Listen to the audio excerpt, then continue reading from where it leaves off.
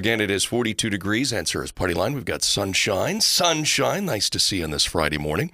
With us in studio this morning from the Soil and Water Conservation District, we have Dennis Fuchs. From the Natural Resources Conservation Service, we have Rick Berscheid. And then there's Greg over here in the other side of the room without an official title at this point. Right, Greg? Or are you transitioning or what's going on here? Yeah, correct. I'm on my last couple days here with the Soil and Water Conservation District today and Monday. And then I'm going to be transferring to the Board of Water and Soil Resources and taking a position there as a board conservationist. So No, where's that location? Is that the location will be in our same building. Same building. Moving up to the third floor, so to speak. He's moving on up. Yes, and I will be covering Meeker, Pope, Candy, Ojai, Swift, and Douglas counties. So now you're going to be is it a big shot? Is that what they call you now, or what is that? Or? Board conservationist. Oh, board not conservationist. Big shot. Yeah. Sorry about that. So what you're going to be doing something a little more different than what you've been doing. A little different. I'll be overseeing those counties with their programs that work through some of the state grants and the protocol with the state programs. And so basically working with a lot of the soil and water conservation districts, similar to what I have been, just at a level removed, I guess. So were you recruited, or did you just say, hey, I want to do that? Well, I talked to a few of the staff about it a little bit at Board of Water and Soil Resources, but I applied and went through the process, as the state would say. So, and the rest is history. The rest is history, yeah. So when's your official last day doing what you're currently doing? My official last day is Monday, May 2nd. Okay. So I've got today and Monday, and I've really appreciated working with everybody in the county here, and it's been a good run. I've been there almost 16 years, and a lot of good staff and a lot of different places I've seen, and so it's been fun. So you will kind of be working, not so much directly, but somewhat with Rick and Dennis yet, or not so much? We're going to have some correspondence, there's no doubt about that, and there's a lot of programs that go beyond the county boundaries that we'll both be working on. So, yeah, we'll have some correspondence yet, and it's not just see you later. So. Okay. All of the counties that Greg will be working with is within our West Central Technical Service area, a 12-county area from Benton all the way to Big Stone. So we have a engineer and technician and another technician that work that whole area. So we know these counties and SWCDs very well, and the board conservationists like Greg, we get to know them very well too, and do a lot of cooperative work with them. But I wanted to say, Greg is going to be working for a state agency now, the Board of Water and Soil Resources, and that's actually our administrative agency for the soil water conservation districts. A lot of people confuse us with the county because we're the Stearns County Soil Water Conservation District, but we're actually a special unit of state government, and a lot of people understand special when they see me. No comment. Go ahead. Okay. Please continue. So, as far as the relationship with Bowser, that's how we work. They help provide guidance on the Wetland Conservation Act, a lot of the grants through the Clean Water Fund, and other grant programs through the state of Minnesota. If you want to get it to the locals, they run it through the state agency, the Board of Water and Soil Resources, to the SWCDs or watershed districts. And we call the Board of Water and Soil Resources Bowser. BWSR. So if you hear the word Bowser, that's what we're talking about. So Greg's your boss? Is that what you're saying? Or no, he'd be more of a partner. My bosses are the Stearns SWCD Board of Supervisors. Okay. I work for them, and I have to do a good job. But then do they work for Bowser then? No. Yeah. Well, they're locally elected officials that have used the Stearns County Comprehensive Local Water Management Plan to identify where they should be working. And then we leverage Bowser, the Board of Water and Soil Resources grant programs to help address those natural resource concerns. And we have to, when you're doing a grant, you have certain paperwork, you got deadlines, you got reporting. And Greg will provide assistance in getting those documents collected and properly managed. So you're going to do a lot more in-office type of stuff, right, Greg? I will be in the office probably more than what I have been. There's no doubt about that. But I hope to use some of the technical resources that I've had with my field work with providing guidance to some of the districts and the counties that I'll be working with as well. If there's questions, or I've even talked to like some of the staff at the West Central Technical Service Area, and if there's opportunities for us to look at things together or bounce ideas off from each other, there's a good avenue to do that as well. So Yeah, some of the counties, every county is different, and Stearns is really a progressive county and has a very strong partnership with NRCS and Soil Water Conservation District and with our watershed districts, and that's not replicated throughout the state. And something that Greg, coming from an office with our strength and then sharing some of the ideas and strategies with these other SWCDs could really be beneficial. yeah, and we're hoping to obviously Dennis and the board are hoping to find somebody to fill the position as well, and that's advertised right now. So maybe you want to talk a little bit about that. Yeah, the position's actually open right now, and we've modified the position title from Shoreline Specialist to Lakeshed Specialist, because Greg, toward the end of his career here, was with the SWCD, was really spending a lot more time not only with shoreline but with farmers adjacent to lakes, and it's the whole lakeshed, not just the folks on the lake that Greg was working with. And to give the job the proper information and to sell it accordingly, we really need somebody that can work then in that area with great communication skills. Because sometimes the folks on the lake don't understand agriculture as good as the farmers do, and there can be some controversy on how they manage their land. And we need somebody that has skills like Greg had, where when Greg was going to St. Cloud State, he had a couple roommates from Spring Hill for cripes, and he learned a lot about agriculture. Okay. Tell you what, why don't we take a break? We'll do some news, come back, talk with more about what Greg has done, what he will do, and other things we need to cover as far as topics. Sounds great. We'll do that after we get back from our news break. We've got sunshine, 43 degrees. This is KASM Albany, 1150 AM, KDDG Albany, 105.5 HD2. Sports, Brownfield weather, and right now Minnesota news, all up next here on KASM Radio. Minnesota News Network. All right, Answer Us Party Line continues here on KASM Radio. It's 43 degrees. We're visiting with Mr. Dennis Fuchs from SWCD, Rick Berscheid from NRCS, and Greg Berg, now a member of Sean Anna. Did you get that reference there? Yeah, Bowser. Bowser, thank you very much. All right. The big shot. The big shot.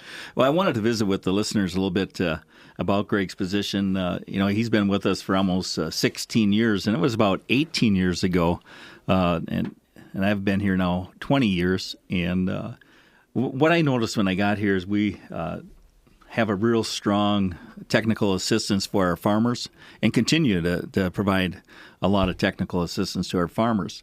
But we were noticing several lakeshore residents that had erosion concerns and wanted to naturalize their shoreline and do some things to improve their natural resources on the lake and where their house or cabin was located. So in working with the Stearns SWCD board and the county commissioners and George Rindelab, the former county administrator, we worked on developing a shoreline specialist position. And Greg, you were started in 2000? 2000, October of 2000. Yeah, yes. so it really opened up our ability to help those people that are located in the Lakeshed. And like I said earlier, when Greg's working on these projects on the lake, sometimes we'll have a gully between two cabin owners, and it's not the two cabin owners. They really can't do much about it. It's folks up in the watershed, which a lot of times is multiple landowners, could be multiple farmers that we need to work with. And that's where Greg's experience in working with farmers really paid off, because you need somebody that understands agriculture. And like I was saying earlier, Greg had an opportunity when he was going to St. Cloud State to have some roommates from Spring Hill area, and he'd go back there on the weekend, and he got educated. Greg, you want to ad-lib a little bit on that, Greg? Well, let's just say I figured out what family life was like on that area, so we'll leave it at that. And he also found out that that area really likes their beer. And Greg originally came from the southern metro, the Farmington area, so it was an area.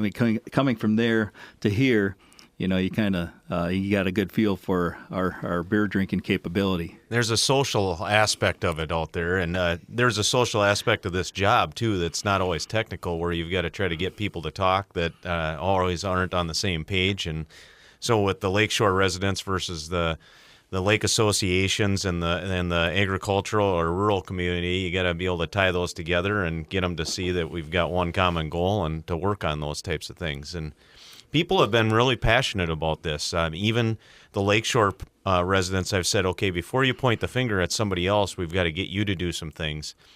And one commitment that I see that's very strong is Ben Ruley and myself out of the office looked this past week, and we have 52 shoreland deed restrictions in the county now. That's a lot. That's way more than I would ever guess there would be in any other county in the state, or maybe even statewide. You want to visit with the listeners a little bit about what that restriction is? What that means is that they've protected their shoreline with a buffer that is substantial, and they've put a restriction on it that is recorded at the county that stays with their property. So it's a commitment that they not only will keep it, but whoever owns it in the future will also keep that water quality feature in place. That is something that Greg and the SWCD board worked on developing also. So that's very unique. There's not a lot of folks, SWCDs, that have taken on that initiative to really transfer that protection from one lake owner to the next lake owner. And that's what it's really about is if you put it on the deed as a restriction, you're informing the next buyer that there's certain restrictions and management that needs to be considered. You can't just be mowing to the edge, and that's something that has been fantastic and recognized throughout the state of Minnesota as something that is unique and has been very impactful in improving water quality. So they just have to sign off on it, and if they don't? Yeah, and then there's a process.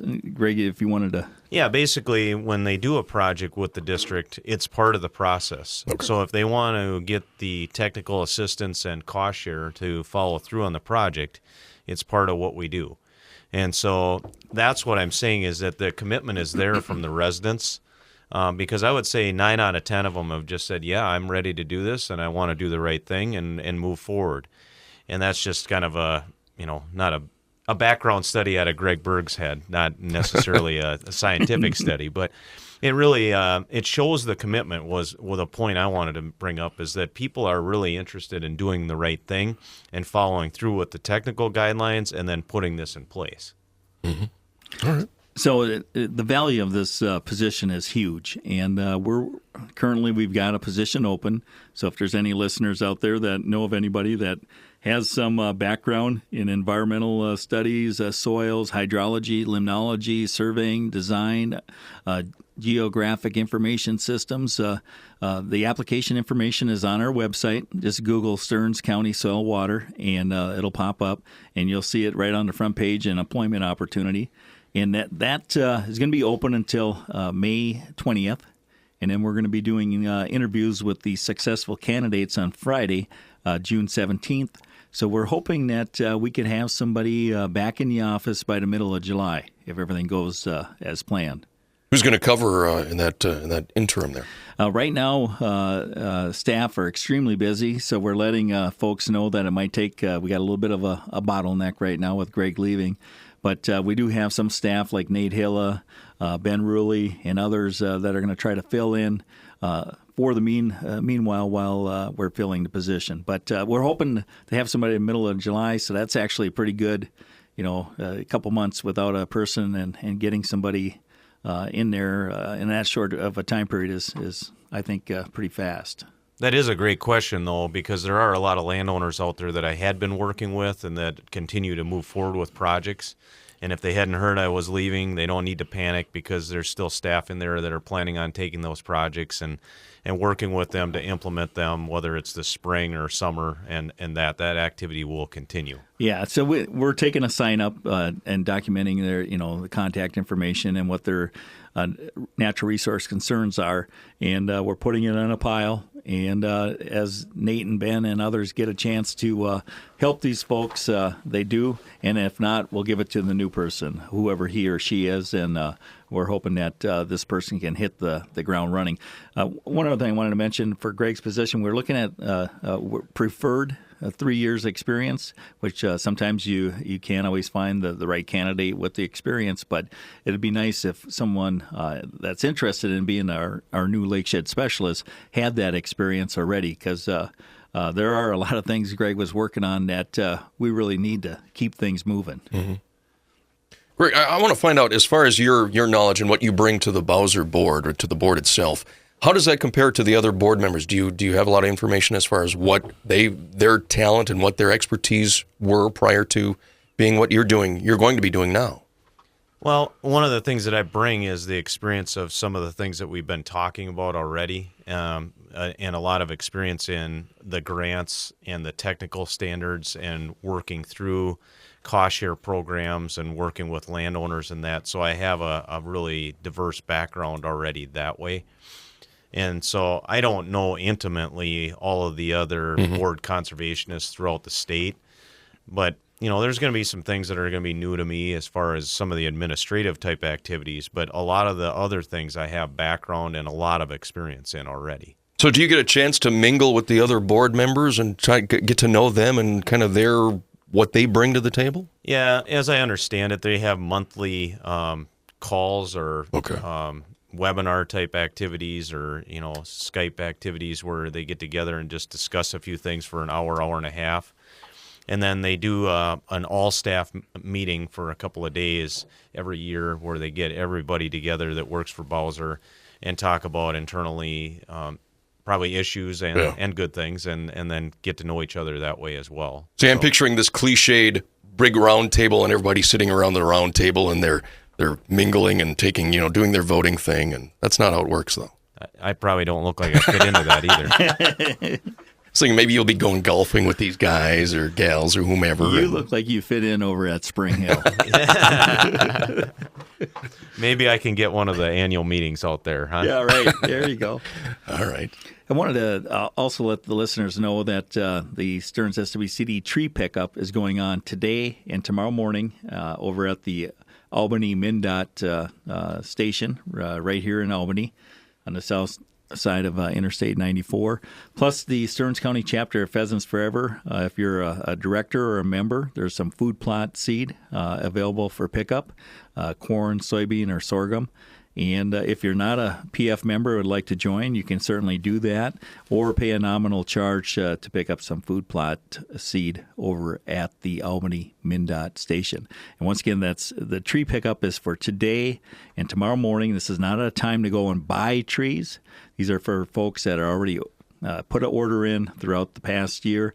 And we'll be taking tree orders for next year, starting later this summer into fall, so that you can put an order in. So if you missed it this year and you're going, doggone it, I need to order some trees, well, we'll start that later this summer, and it'll be on our website to let you guys know when that'll happen. Very good. And I don't know, we got Rick sitting here. Should we let Rick him hasn't been talking at all today. Come on, Rick. Well, good morning. Morning. Thank you, Dennis. All right, I have one topic here that I would just like to bring up to our listeners. NRCS is going to be having a 1,000 easement celebration coming up here May 24th. It's up in northwestern Minnesota in Clay County in Ulen, Minnesota. The address of the site is 24602 200th Ave North. It's going to be a great celebration. We're actually getting our chief here, Chief Jason Weller. He's planning on coming. If you would like to attend, RSVPs are requested. You can contact Julie McSwain at 651-602-7859. It's just going to be a great event showcasing our easement programs that NRCS has available. All and right. that starts at 10:30. And if you need more information, you can just give us a call at the office here, and we can give you the directions on how to get to the site and give you that address again and more details on that. Good. What's the phone number to our office? To our office is 320-251-7800, extension 3. Or if you would like to contact Julie McSwain, her number is 651-602-7859, and she's the one that's taking the RSVPs. All right. Speaking of upcoming activities, I wanted to share with your listeners that we have a free nitrate water testing clinic, and this is for folks that have a private well and would like to have it tested for nitrates. Nitrate's a very common contaminant. If it gets over 10 parts per million, you could really impact infants less than 6 months of age. Nitrate ties up the oxygen in your bloodstream. There's no way for infants to break it down, and it's related to the blue baby syndrome. And nitrates is one of the most common contaminants in Minnesota's groundwater, and it's just good to test your well every so often just to make sure that everything's okay. So if you're interested in doing this, it's going to be Thursday, May 12th, and that's a wonderful day, May 12th. Because In 1963, this guy was born on Mother's Day. happy soon to be 53. 53, huh? Thank you very much, You're Brad. welcome. Sure. So Thursday, May 12th, I won't be there, so don't be bringing any presents. You can leave those at the office. No, seriously, Thursday, May 12th, 4 p.m. to 7 p.m., and it's going to be at the Sauk Center Public Utilities Office on 101 Main Street South, Sauk Center.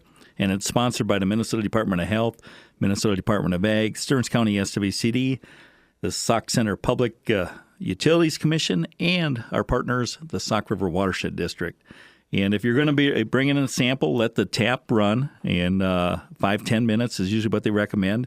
And you can put it in a clean plastic bag or jar, and try to keep the sample cool. And you should collect that sample less than 24 hours before getting tested. And if you have a reverse osmosis treatment system or some other type of treatment system, you should collect a sample before and after to see how well the treatment system is functioning. So then once again, that's going to be Thursday, May 12th, 4 p.m. to 7 p.m. at the Sauk Center Public Utilities Office, 101 Main Street South. Any questions, you can give our office a call at 320-251-7800, extension 3. How frequent should they be doing the nitrate testing from one test to the next? What do you recommend? Typically, if it's low, you don't have to do it too frequently, and it depends somewhat on the area of the state that you're living in. Like if you're in a coarse textured soil like Rick and I, in the sandy soils, you might want to test a little more frequently because over-application of fertilizers or failing septic systems can impact your water much more quickly than in a clay loam soil like around Spring Hill. Just Spring Hill, yeah. It's like a big full circle here. Yeah. But and so if you wanted to have your water tested every other year on those, and then if it's more of a clay loam, once every 5 years or something like that, and then sometimes there's other things you might want to test for, and this is just for nitrates. And if you wanted to test for bacteria, that's a different test, but that will not be done at this because this is very fast. They test it right there on the spot. We got folks from the Minnesota Department of Health, our office, Minnesota Department of Ag. If you do have elevated nitrates in your drinking water supply, they'll visit with you on things that you can do to help address those problems. Can that be alleviated, though, fairly in a reasonable time if they do have a high nitrate level? Typically, no. It takes time, and if it's in an area where you have a lot of, like, say, potato production, like they do up at Perm, it might take. It may never decrease. So then you're looking at a treatment system. If it's a failing septic system, by having a septic system that functions properly, you could probably see that nitrate reduce slowly over time to the point where it'd be safe to drink again. Okay. Wanted to let your listeners know, too, that as part of the USDA Natural Resources Conservation Service Environmental Quality Incentive Program, they have a local work group process. And we'll be collecting input from folks that want to help prioritize our projects, what types of projects we should be doing in the county using the USDA funds. And we're going to be having that meeting on May 17th at 1:30. And there's no need for you to show up if you don't want to, but just if you have any input on EQIP, CSP, or the other NRCS programs, you certainly can let us know. And we'll include those and send them up to the state office, and they'll come up with a plan of attack to better use those funds based on our local work group priorities. And that's coming up here mighty quick. So do you have some work group priorities already in mind? Yeah, livestock is huge here in Stearns County. And so if you have a natural resource concern associated with livestock production, say you're not storing your manure properly and you got manure running off into our surface waters, that's not a good thing. That's a resource concern. And that's something that we have used a lot of the EQIP dollars to develop an animal waste management system. But then we also work with the farmer on developing a comprehensive nutrient management plan where they test manure, do soil testing, and take a look at what that crop needs for fertilizer and manure and apply it the right amounts at the right time. So that's all part of the plan too. But we've got a lot of concerns, and recently with some of these more dramatic high-intensity rainfall events happening in May before the corn really gets a canopy or soybean, before you get that crop canopy to help protect the soil, we've seen a lot of soil loss and soil erosion. So we've got a lot more folks interested on putting grass waterways and water and sediment basins out on these fields. And then also a lot more interest in just some non-structural management strategies like crop residue management, cover crops, contour strip planting, and crop rotation to help address some of these concerns. So those are the things we try to capture. And the other thing that we're trying to figure out is, we got 100 people on the list. Who do we work with first? Do you base it on the amount of pollutant load? Do you base it on motivation? Do you look at the cost of the project? And so there's a lot of things that we try to figure out through this local work group process. And one of the nice things about Minnesota is we already got this county comprehensive local water management plans, which has identified priority resource concerns that, and some of those resource concerns can be addressed using the NRCS program. So in Stearns County, those priority resource concerns through the water plan include impaired waters, urban development, and source water protection. So if you got elevated nitrates in a city and there's farming in the area, we can work with farmers to help do nutrient management, irrigation, water scheduling, making sure we don't put too much water on the soil so it doesn't pump the nitrates right into the groundwater, allow the crop to take it up and use it to produce a high yield. So there's a multitude of things that we consider through the local work group process. Okay. Any final words, Greg, that you want to say to the listeners from around Spring Hill? Boy, we're got a red dot out there somewhere, huh? Yeah, I just want to say thank you to the Soil and Water Conservation District Board and staff. They've been wonderful to work with over the years. There was absolutely no reason that I really wanted to leave. It was just an opportunity. The Stearns County Commissioners have been supportive on a lot of the initiatives to try to get things going. And then again, the landowners and partners that I've worked with over the years have been just great. Heard from a lot of people since they found out I was leaving. And it's just, I hope that they continue to keep in touch with me on how they're doing with things. And I get to go back and see those type of things because the relationships are just awesome. So.